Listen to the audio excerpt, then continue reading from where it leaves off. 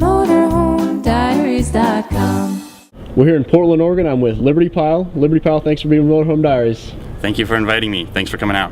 Most def. And as you can see, it's a fairly it's a new shot here for Motorhome Diaries, but we want to protect the privacy of Liberty Pile, and while at the same time gaining his massive amounts of info on the Liberty scene. So for those, let me start off by asking you about Liberty Pile, the site. That's how I think I first learned to use. So can you tell our users about that? Yeah, libertypile.com is basically a dig/Reddit site for libertarian, anarchist, agorist type news. You vote up or vote down stories that you like, and the popular stuff appears on the front page. It's totally unmoderated.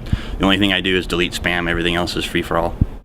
Right on. Yeah, it's a great site. I encourage everybody to check it out. But that's on the online world. So in the real world, like, what do you do around here in Portland? How's the Liberty scene?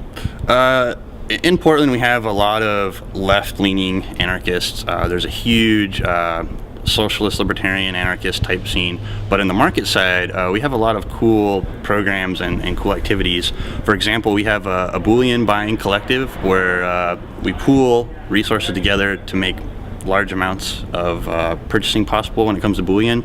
So instead of a single person buying 1 or 2 ounces of gold while they can afford it, we can all buy in and buy a lot more than a single person could. We also have workshops and stuff like that where someone picks a topic, whether it's firearm safety or urban gardening or something like that.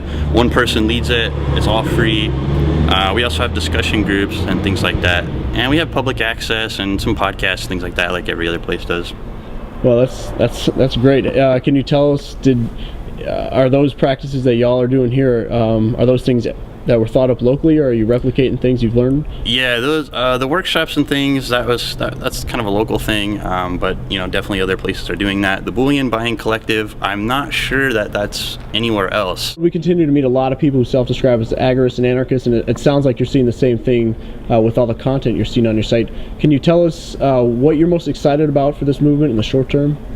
I think the honeymoon of Obama being elected is starting to fade, and people are starting to wake up. So I think if we're going to start, we need to start with education, and I think teaching some basic philosophical principles would be the first step. It seems like even a lot of libertarians, myself included, I would call myself libertarian, and I couldn't even defend my libertarianism.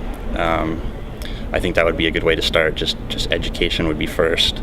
And as far as action, whether it's agorist type activity or the Free State Project, I think the action is probably less important than getting your minds squared away. I think that would be the first step. For me anyway, that's my first step.